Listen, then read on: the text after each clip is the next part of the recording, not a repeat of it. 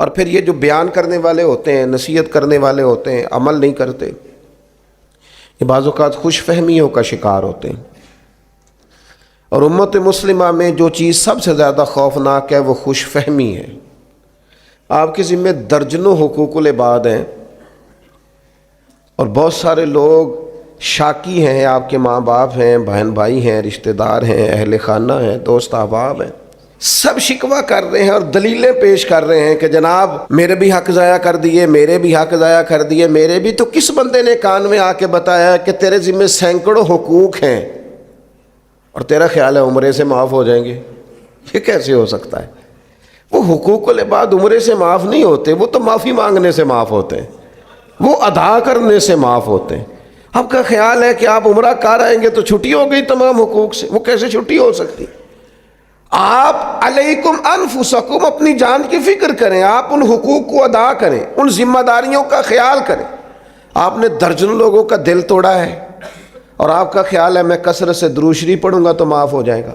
کثرت سے درود پاک پڑھنے کا ثواب تو ملے گا، طبیعت میں مٹھاس بھی آئے گی، حضور راضی بھی ہوں گے، پر وہ جو اس کا دل توڑا ہے اسے معافی بہرحال مانگنی پڑے گی، اس کی دل جوئی بہرحال کرنی پڑے گی۔ میرے عزیز، نبی پاک علیہ السلام نے وضاحت فرمائی۔ حضور فرمانے لگے صحابہ سے بتاؤ میری امت میں مفلس کون ہے؟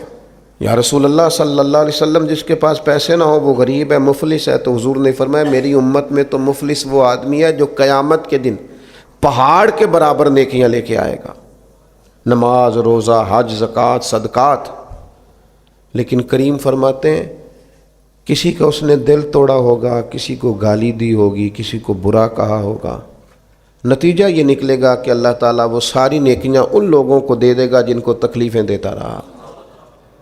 پھر بھی اس کے ذمے حقوق بچیں گے، تو اب جن کو تکلیف دی تھی ان کی گناہ اس کے ذمے ڈال کے پہاڑ کے برابر نیکیاں لے کے آنے والا آدمی بھی دوزخ میں چلا جائے گا۔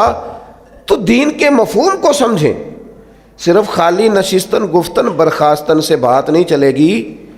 دوسروں کی بہت فکر کرنے والے تھوڑی تھوڑی اپنی فکر کریں، دوسروں کو بہت نصیحت کرنے والے تھوڑی تھوڑی اپنے آپ کو نصیحت کریں، دوسروں کو بہت سمجھانے والے تھوڑا تھوڑا سمجھنا شروع کریں، دوسروں کو بہت قائل کرنے والے تھوڑا خود قائل ہونا سیکھیں، دوسروں پر بہت الزام لگانے والے تھوڑا اپنے آپ کو کٹہرے میں کھڑا کریں، دوسروں سے بہت حساب مانگنے والے اپنا حساب کریں، اپنے آپ سے سوال کریں، کبھی اپنے ضمیر کی عدالت خود لگائیں، اپنے آپ کو کٹہرے میں کھڑا کر کے اپنے آپ سے بات کریں، کبھی فقط آئینے کے سامنے کھڑے ہو کے اپنے دھبے خود دیکھیں اور دیکھیں کس کس وجہ سے لگے۔